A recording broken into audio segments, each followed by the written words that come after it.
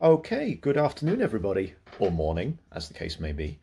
We're going to do something a little bit different today, bit of a departure from my kind of how-to videos. What we're going to do in this one is we're going to look at a Keirin I rode in training the other day, and we're going to see all the data. So you're going to see my speed and my heart rate and my power, and I'm going to talk you through what I was thinking during the race and why I rode it the way I did.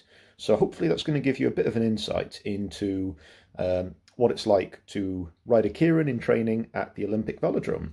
And if you look at the numbers and you think, well, I reckon I could do that, get yourself down and give track a go. This video is made possible by Velotech Services and by Rota UK, who gave me the power meter that allowed me to create the visualizations you're going to see. So if you're interested in track power meters or anything like that, check them out. They've got a great new website, velotechservices.co.uk. Or if you've got any questions about using power on the track, drop me a message and I'll see what I can do. So what is a Keirin? Well, a Keirin is a race where the riders are led up to speed for a certain number of laps, normally 3, by a pacer motorbike called a Derny. After that, it's 3 laps on your own. The first rider to cross the line is the winner.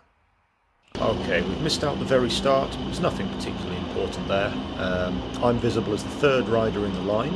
You can see Rory on the Derny is just leading us out. Not going super quick just yet, just in the first lap. So what am I thinking? Well, the 2 riders that I think are dangerous are immediately behind me.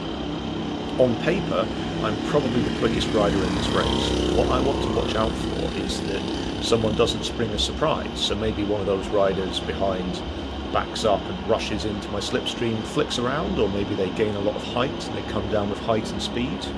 Because if it's a direct head-to-head, I think I can probably win.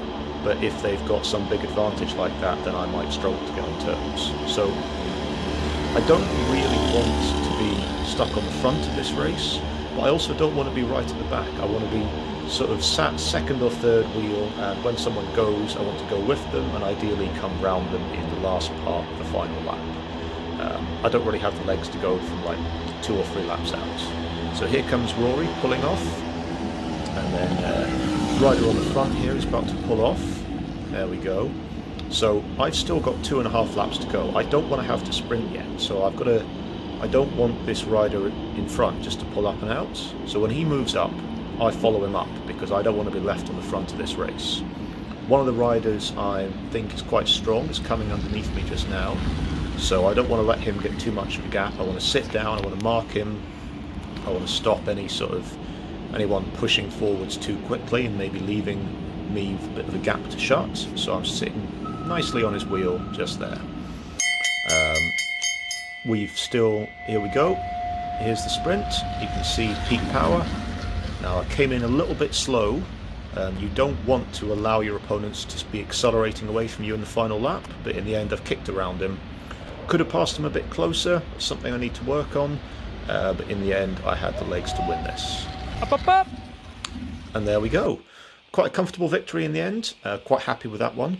If you're looking at those numbers and you think, you know what, I reckon I could do those numbers, I reckon I could have won that race, well, get yourself down, give track a go.